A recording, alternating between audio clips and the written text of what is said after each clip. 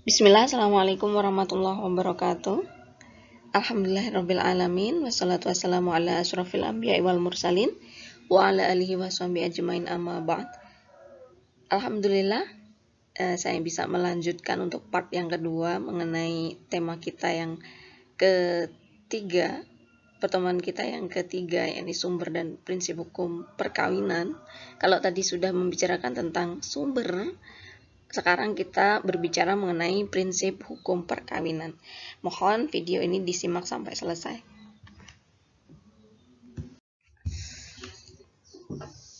Apa yang dimaksud dengan prinsip? Orang yang berprinsip, orang yang mempunyai prinsip itu apa? Dia mempunyai dasar, dia mempunyai asas yang dia pegang. Nah, itulah yang dimaksud dengan prinsip, dasar ataupun asas. Bisa juga dikatakan sebagai norma umum. Lalu, yang dimaksud dengan prinsip hukum perkawinan itu apa? Nah, dia adalah dasar atau norma umum yang dipakai, yang dipegang oleh sepasang suami istri. Bahkan seluruh anggota dalam rumah tangga tersebut, agar dengan adanya dasar tersebut tujuan perkawinan dapat dicapai. Itu yang disebut dengan prinsip hukum perkawinan. Nah, sekarang kita masuk ke prinsip praksis perkawinan. Jadi prinsip yang dipraktekkan dalam sebuah perkawinan. Yang pertama, prinsip musyawarah dan demokrasi. Jadi di dalam perkawinan itu juga ada musyawarah dan demokrasi. Tidak hanya dalam kehidupan bernegara saja ya. Negara yang dihadapi paling kecil adalah negara dalam kehidupan rumah tangga. Negaraku adalah rumah tanggaku, seperti itu. Nah, dalam aspek kehidupan rumah tangga, segala sesuatu, misal ada permasalahan, itu diputuskan dengan jalan musyawarah. Yang paling kecil dilakukan oleh seorang suami dan juga seorang istri. Paling tidak dilakukan oleh dua anggota keluarga ini. Itu ya. Misal saja, ini saya contohkan, kalau mau pengen punya anak, mau merencanakan punya anak gitu, sepasang suami istri baru nih, pengennya punya anak berapa, kemudian ditunda dulu atau tidak, ataupun mau tinggal di mana setelah menikah. Nah, para pengantin baru itu biasanya musyawarah terlebih dahulu. Nah, hal ini yang disebut dengan penerapan demokrasi di dalam kehidupan rumah tangga. Dari aspek yang paling kecil, rumah tangga, demokrasi yang paling kecil, yaitu di dalam rumah tangga. Nah, dan prinsip praksis yang kedua ini. Yang kedua itu adalah terciptanya rasa aman dan tentram dalam rumah tangga. Jadi salah satu tujuannya itu dalam kehidupan rumah tangga itu harus dibangun nih rasa yang namanya rasa saling ya, baik itu saling kasih mengasihi, kemudian saling cinta mencintai, saling sayang menyayangi, kemudian ada rasa melindungi setiap anggota keluarga gitu. Kemudian itu semua apa gunanya? Gunanya untuk menciptakan rasa aman, tentram dalam menjalankan kehidupan rumah tangga. Kalau sudah saling sayang, saling kasih, saling cinta, kemudian saling melindungi, itu saya kira nanti keluarga ataupun rumah tangga yang tercipta itu akan harmonis, akan nyaman, akan aman, dan yang dirasakan adalah tentram hatinya. Gitu ya. Dan yang ketiga adalah terhindar dari adanya kekerasan, baik fisik maupun psikis. Jadi yang namanya kekerasan itu tidak selalu ya terwujud dalam bentuk kekerasan secara fisik, mungkin melakukan KDRT atau sebagainya, tapi juga kekerasan secara verbal, misal menghina, merendahkan, kemudian mencaci maki, kemudian mendominasi pembicaraan, misal apa ya, dia yang kalah terus gitu, itu juga termasuk kekerasan secara verbal yang nantinya akan sangat berpengaruh terhadap psikis seseorang. Ini sangat berbahaya dan itu menjadi prinsip yang seharusnya dihindari. Maka prinsip yang ketiga adalah terhindar dari kekerasan baik secara fisik maupun psikis. Dan yang keempat, ada hubungan suami istri sebagai hubungan partner atau bermitra ataupun sejajar. Jadi nggak ada tuh yang lebih tinggi derajatnya. Misal porsi dari suami ataupun istri itu mungkin lebih dominan yang laki-laki, sedangkan istri itu hanya konco wingking atau yang lain sebagainya, itu tidak ada. Seharusnya mereka bisa sejajar. Nah, lalu kemudian yang kelima, banyak sekali ya. Yang kelima ini adalah prinsip keadilan. Setiap anggota keluarga memiliki kesempatan yang sama untuk mengembangkan diri dan harus didukung tanpa ada pembedaan gender. Nah ini ya, untuk mencapai sebuah keadilan dalam rumah tangga itu juga sulit ya saya kira. Memang kita kan di lingkungan kita memang patriarkis ya. Jadi kesempatan yang diberikan itu berbeda ketika seseorang sudah memasuki kehidupan rumah tangga. Karir yang awalnya ketika masih sebelum menikah bagi perempuan mudah-mudah saja, tapi ketika sudah masuk kehidupan rumah tangga, dia sudah menikah, itu kesempatannya akan berbeda dengan laki-laki. Memang seperti itu ya yang kita hadapi. Tetapi sebenarnya seharusnya ada satu prinsip keadilan yang diterapkan dalam kehidupan rumah tangga dan pasangan harus saling mendukung hal tersebut. Nggak peduli dia perempuan, kalau dia lebih sebenarnya bisa mengembangkan diri, berkarir ataupun yang lainnya, dan sebagai pasangan itu kita harus saling mendukung. Tidak perlu karena adanya ikatan pernikahan ataupun perkawinan seseorang itu mengungkung pasangannya ataupun membatasi gerak pasangannya, itu tidak perlu. Ada prinsip keadilan di dalam kehidupan rumah tangga untuk mengembangkan dirinya, mengembangkan potensi yang ada pada diri dan juga pasangannya. Gitu. Lalu kemudian yang keenam ada prinsip terjaminnya komunikasi dalam keluarga. Penting nih untuk kalian catat bahwasannya dalam menjalankan kehidupan rumah tangga itu komunikasi adalah kunci. Kalau nggak ada komunikasi di antara keluarga, sesama anggota keluarga, jarang untuk berkomunikasi, maka kedekatan itu nggak akan terwujud. Nggak pernah saling sapa, misal di rumah saling diem saja, ya yang satu ngerjain ini, yang satu ngerjain itu tanpa ada komunikasi, sekedar menjalankan kegiatan sehari-hari saja, itu nanti kan gimana ya, kurang ada ikatan batin yang tercipta seperti itu, baik itu kepada pasangannya maupun kepada anaknya. Sekarang apalagi komunikasi, misal sudah suami kerja ataupun istri kerja di luar, masih bisa diciptakan ya dengan kemajuan teknologi, masih bisa WA-an dan lain sebagainya. Nah, itu harus dijamin dalam menjalankan kehidupan rumah tangga. Jadi prinsip yang keenam adalah terjaminnya komunikasi di dalam kehidupan rumah tangga. Tadi kita sudah membahas prinsip-prinsip praksis yang dipraktekkan ya, maksudnya dalam kehidupan rumah tangga secara umum ya gitu. Nah, sekarang kita masuk ke prinsip ataupun asas hukum perkawinan di dalam Undang-Undang Perkawinan. Ya, langsung aja ya untuk Yang pertama itu adalah asas kesepakatan.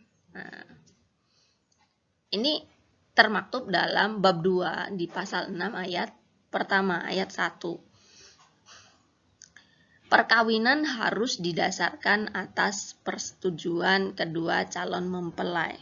Jadi perkawinan itu nggak bisa kalau nggak ada persetujuan antara kedua calon mempelai. Mereka saling sepakat. Adanya konsensus di antara calon suami dan juga calon istri bahwa mereka bersepakat untuk melaksanakan perkawinan. Walaupun mereka dijodohkan ya, kalau keduanya itu nggak menyatakan ataupun mengisyaratkan bahwa dia sepakat atau menerima, itu nggak akan bisa tercapai. Lalu yang kedua ada asas monogami. Nah, asas monogami ya, perkawinan tunggal pada asasnya. Ini termaktub dalam pasal 3 ayat pertama, ayat 1. Pada asasnya, dalam suatu perkawinan, seorang pria hanya boleh mempunyai seorang istri.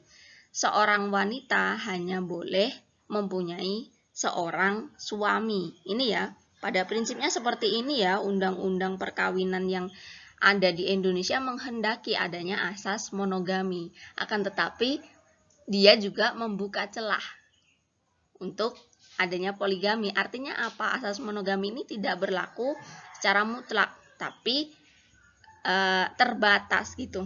Asas monogami terbuka pada kasus-kasus tertentu.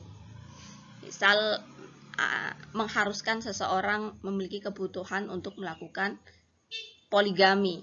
Nah, itu baru nanti ada syarat-syarat khusus yang saya kira juga berat untuk dilakukan.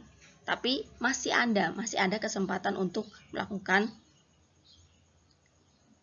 poligami ya. Nah, tapi pada asasnya yang dikehendaki oleh undang-undang adalah asas monogami. Dan yang ketiga adalah asas legalitas atau keabsahan. Jadi undang-undang menghendaki adanya perkawinan yang memenuhi semua persyaratan yang telah ditentukan oleh undang-undang. Persyaratan apa saja itu? Nah, persyaratan yang diatur oleh undang-undang itu secara lebih rinci itu diatur pada pasal 2 kalau di Undang-Undang Perkawinan dan dilanjutkan dengan pasal 3 di Peraturan Pemerintah Nomor 9 Tahun 1975. Apa saja kalau yang disebutkan di dalam pasal 2 itu? Di pasal 2 ayat pertama itu adalah perkawinan adalah sah apabila dilakukan menurut hukum masing-masing agamanya dan kepercayaannya itu. Dari sini dapat kita pahami ya bahwasannya keabsahan suatu pernikahan itu hanya akan terwujud jika dilakukan menurut masing-masing agama, hukum masing-masing agama, dan setiap agama yang ada di Indonesia itu memiliki persyaratan tersendiri dalam melaksanakan perkawinan.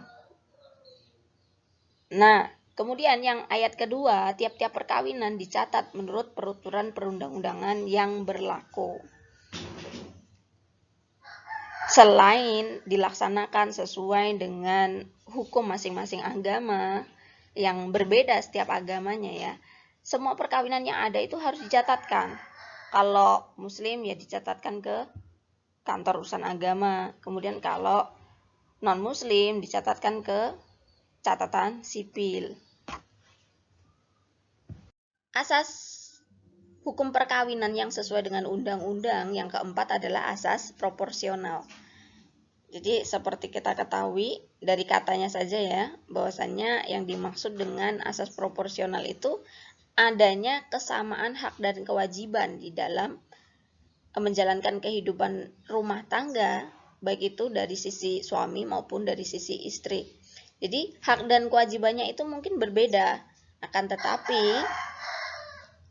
tetapi proporsinya itu seimbang gitu, baik dalam menjalankan kehidupan rumah tangga maupun dalam pergaulan sosial masyarakat. Nah, hal ini diatur di dalam pasal 31 Undang-Undang Perkawinan.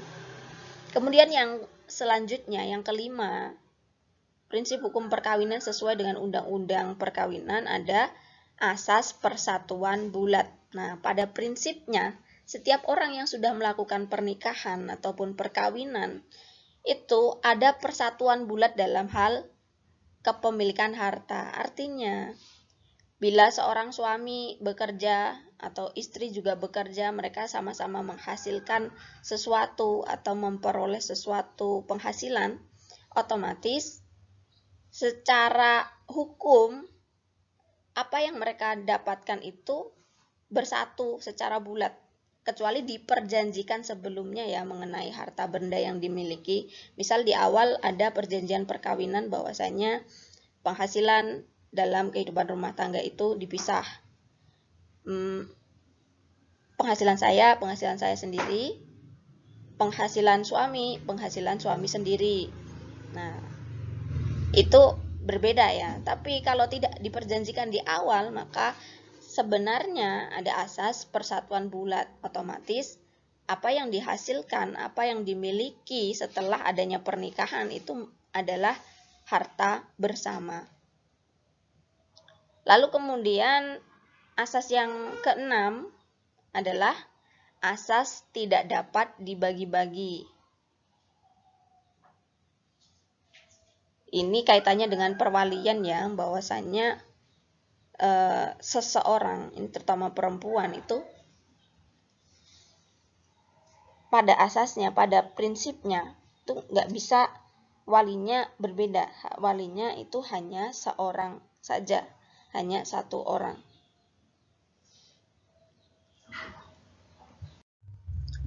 Dan kalau tadi kita sudah membahas prinsip atau asas hukum perkawinan secara praksisnya secara umum, kemudian yang kedua tadi sudah membahas asas hukum perkawinan sesuai dengan Undang-Undang Perkawinan.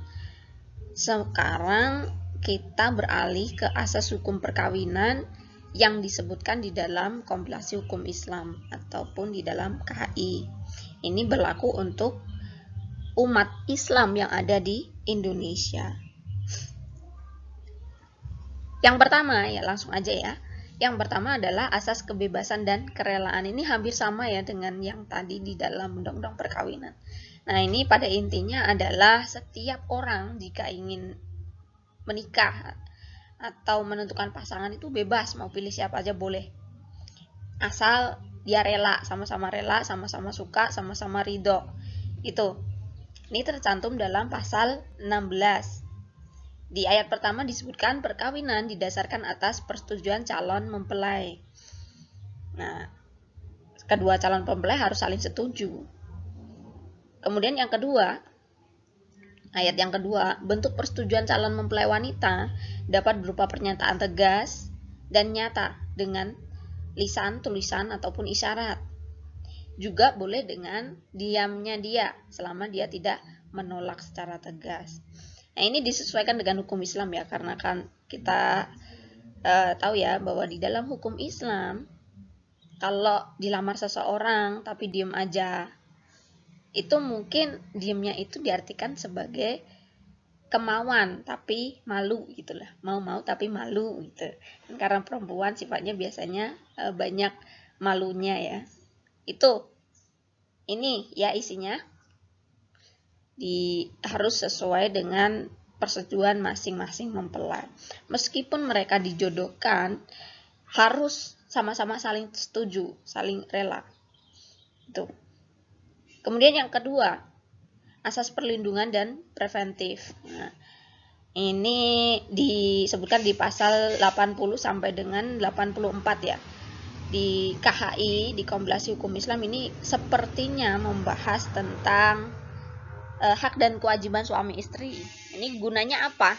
Sebagai sebuah perlindungan bagi masing-masing pasangan dan juga preventif upaya untuk mencegah segala sesuatu yang tidak diinginkan di dalam kehidupan rumah tangga.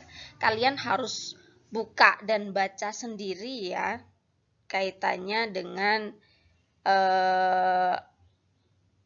asas preventif ini dan juga asas perlindungan di dalam pasal 80 sampai 84. Yang dibahas nanti tentang kewajiban suami istri. Lalu yang ketiga adalah asas tanggung jawab. Nih nanti di pasal 98 sampai 106 kaitannya dengan pemeliharaan anak. Jadi orang tua itu wajib bagaimana itu semua sudah diatur di dalam pasal-pasal ini. Karena terlalu banyak, saya kira kalian harus buka sendiri KHI, pasal-pasal tersebut dan dipahami. Kalau bisa ya, hafal di luar kepala. Yang keempat, asas keadilan dan kepastian hukum. Ini dicantumkan dalam pasal 77 dan 78 KHI.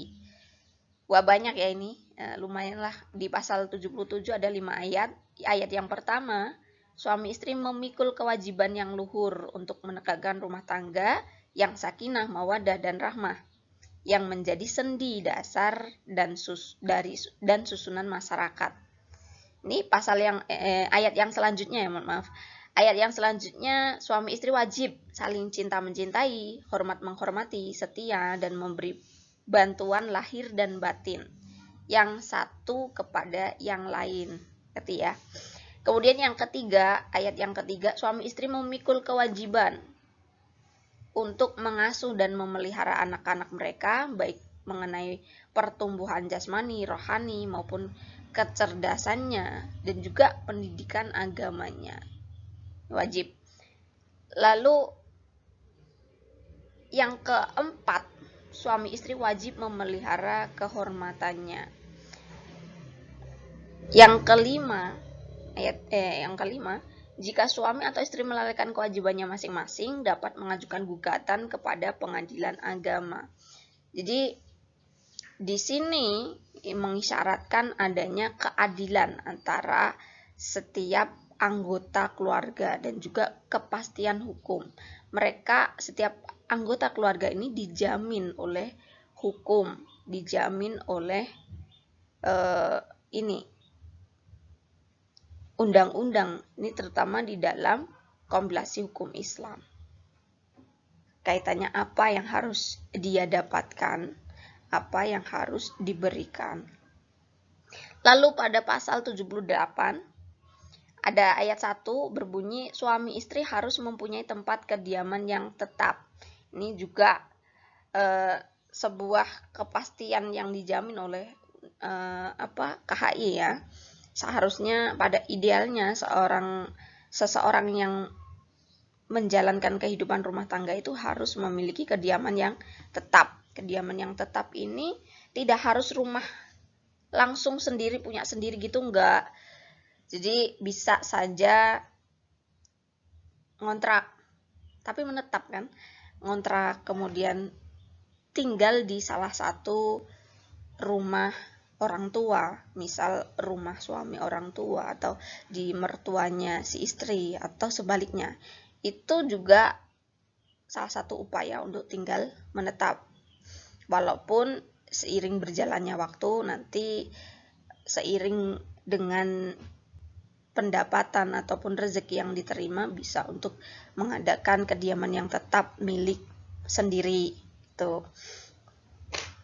Lalu yang ayat kedua, rumah kediaman yang dimaksud dalam ayat 1 ditentukan oleh suami istri bersama. Nah ini nanti pakai lagi nih prinsip musyawarah demokrasi yang secara umum tadi ya. Jadi suami istri kalau mau tinggal di mana itu ya dimusyawarahkan dulu lah. Nah yang menentukan adalah mereka sendiri. Nah misal dek nanti sementara kita belum punya rumah sendiri, kita netep di rumah bapak aja ya. Atau dek nanti kalau kita belum bisa bangun rumah sendiri, kita sementara ngontrak dulu gimana. Nah itu nanti kesepakatan mereka berdua ini menjadi dasar penentuan tempat tinggal atau kediaman yang menetap. Dan yang terakhir ya ini mungkin yang terakhir, yang kelima di dalam asas perkawinan yang ada di dalam KHI adalah asas monogami. Ini hampir sama seperti yang ada di dalam undang-undang perkawinan ya. pada asasnya atau pada prinsipnya perkawinan yang dikehendaki oleh KHI itu adalah menggunakan asas monogami. Tapi di sini dijelaskan secara lebih rinci ya, bahwa monogaminya itu terbuka, jadi masih membuka pintu kesempatan untuk melakukan poligami. Artinya monogaminya tidak mutlak. Ini diatur pada pasal 55 sampai 59. Kalian bisa baca sendiri ya, pembatasan suami ketika memiliki istri lebih dari satu secara bersamaan itu sampai berapa, kemudian syarat-syaratnya seperti apa, itu kalian baca sendiri di pasal 55 sampai 59 ya. Mohon maaf anak saya ganggu ya. Itu saja mungkin yang dapat saya sampaikan. Semoga bermanfaat yang sedikit ini. Apabila ada kesalahan atau kekurangan, saya mohon maaf yang sebesar-besarnya. Wallahul muwaffiq ila aqwamit thoriq. Wassalamualaikum warahmatullahi wabarakatuh.